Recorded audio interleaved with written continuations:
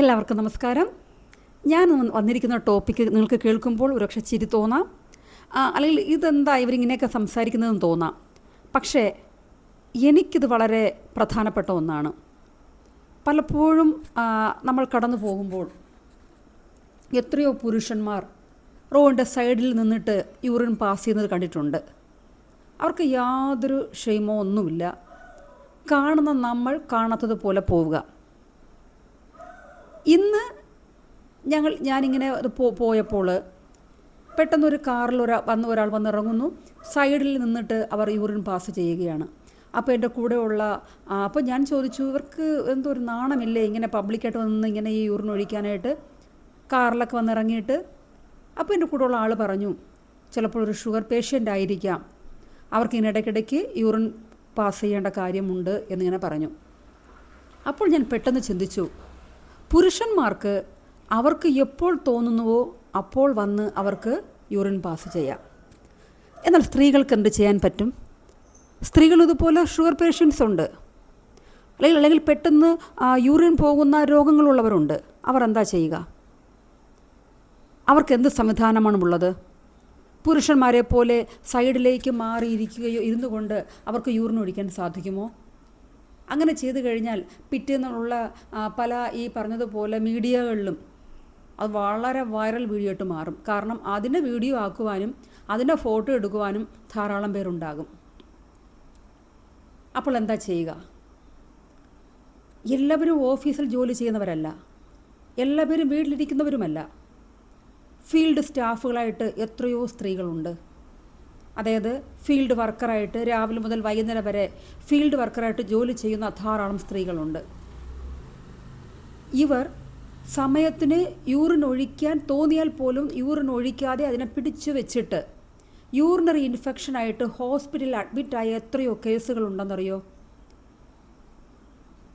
പിന്നെ യൂറിൻ ഒഴിക്കാതെ അല്ലെങ്കിൽ സമയത്തിന് യൂറിൻ ഒഴിക്കണമെന്ന് വിചാരിച്ചിട്ട് വെള്ളം കുടിക്കാതിരിക്കുന്ന ധാരാളം സ്ത്രീകളെ എനിക്കറിയാം. കാരണം ഞാൻ ചോദിച്ചിട്ടുണ്ട്, നിങ്ങൾക്ക് യൂറിൻ ഒഴിക്കണ്ടേ? അപ്പോൾ പറയുന്നതാണ്, ഞാൻ വെള്ളം കുടിക്കാറില്ല, കാരണം വെള്ളം കുടിച്ചാൽ എനിക്ക് യൂറിൻ ഒഴിക്കേണ്ടി വരും, അതുകൊണ്ട് ഞാൻ വെള്ളം കുടിക്കുന്നില്ല. കേട്ടപ്പോൾ എനിക്ക് അതിശയം തോന്നി. അതിശയമല്ല, എനിക്ക് ഭയങ്കരമായിട്ടൊരു ആശങ്കയുണ്ടായി. എൻ്റെ ദൈവമേ, വെള്ളം കുടിക്കാതെ ഇവരെങ്ങനെയാണ് മുന്നോട്ട് പോകുന്നത്? എന്തെങ്കിലും അസുഖം ഉണ്ടാകില്ലേ?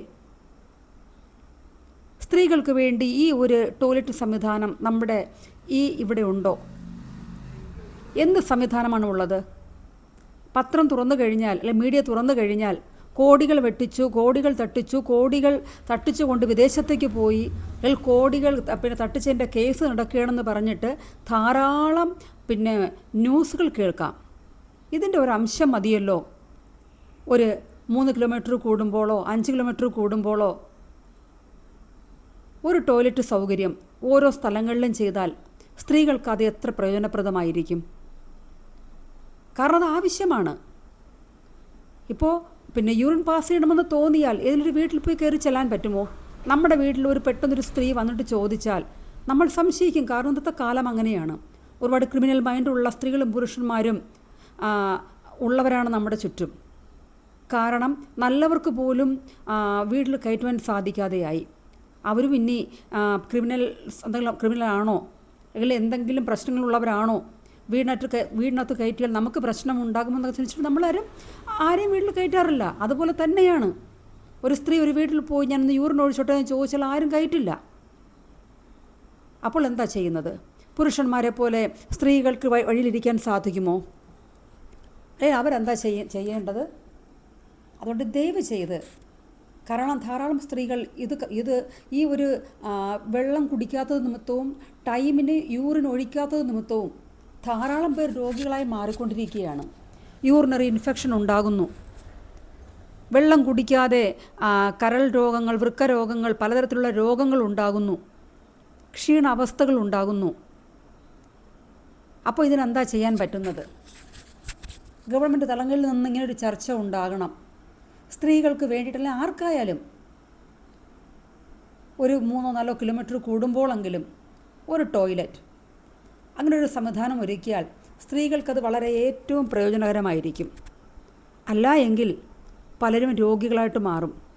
കാരണം സ്ത്രീകളിലും ഷുഗർ പേഷ്യൻസ് എത്രയോ പേരുണ്ട്. അവർക്ക് യൂറിൻ ഒഴിക്കണമെന്ന് തോന്നിയാൽ അവരെന്ത് ചെയ്യും? നമുക്ക് ധാരാളം പേരെ അറിയാം. അപ്പോൾ പുരുഷന്മാർക്ക് ഏത് പബ്ലിക് പ്ലേസിലും പെട്ടെന്ന് കാറിൽ വന്നിറങ്ങുക, സ്കൂട്ടറിൽ വന്നിറങ്ങുക, അല്ലെങ്കിൽ നടന്നു പോകുമ്പോൾ അവർക്ക് ചുറ്റുപാടൊന്നും നോക്കേണ്ട കാര്യമില്ല. അവരിങ്ങോട്ട് വരുന്നു, സൈഡിലേക്ക് അങ്ങോട്ട് നിൽക്കുന്നു. ആര് കണ്ടാലോ ആര് ചോദ്യം ചെയ്യാനാ ഉള്ളത്? അവരെവിടെയും കയറി അവരങ്ങ് യൂറിൻ ഒഴിക്കുക ചെയ്യുന്നത്. ആര് ചോദിക്കാനാ? ആരെങ്കിലും കാണുന്നുവെങ്കിൽ അത് തിരിഞ്ഞ് അങ്ങോട്ട് മാറി കടന്നു പോവുക. അവരവരുടെ കാര്യങ്ങൾ അവിടെ ചെയ്തിട്ടിരിക്കും. ഒരു സ്ത്രീക്ക് ഇങ്ങനെ ചെയ്യാൻ സാധിക്കുമോ? അവിടെ ദയവ് ചെയ്ത് സ്ത്രീകൾക്കായിട്ടൊരു ടോയ്ലറ്റ് സൗകര്യം ഒരുക്കുക. അത് കിലോമീറ്ററുകൾ കൂടുമ്പോഴെങ്കിലും ഓരോ ടോയ്ലറ്റ് സംവിധാനം ഒരുക്കിയാൽ വളരെ ഉപകാരമായിരിക്കും.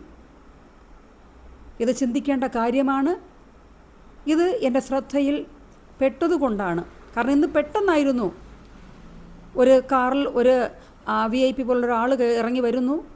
അങ്ങ് കയറി നിന്നിട്ട് എന്ത് ചെയ്യുക? അങ്ങ് സൈഡിലേക്ക് യൂറിനൊഴിക്കുക. ഞാൻ അപ്പോൾ ചിന്തിച്ചു, എൻ്റെ ദൈവമേ, അവരിനി ഇലക്ട്രിക് കാറിൽ വന്നാൽ എന്താ, അല്ലെ ഇന്നോവ കാറിൽ വന്നാൽ എന്താ, അല്ലെ BMW കാറിൽ വന്നാൽ എന്താ? അത് ആരായാലും അവരെന്ത് ചെയ്യും? സൈഡിൽ നിന്നിട്ട് അവർ യൂറിനൊഴിക്കും. എന്നാൽ സ്ത്രീ എന്ത് ചെയ്യണം? ചിന്തിക്കുക.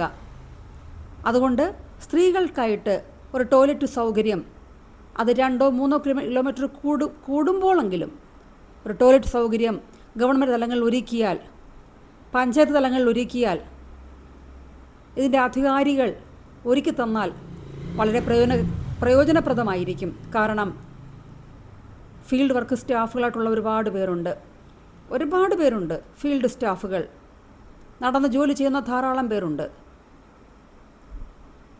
ദയവ് ചെയ്ത് കണ്ണുകൾ തുറക്കുക, കേൾക്കുക, ചിന്തിക്കുക.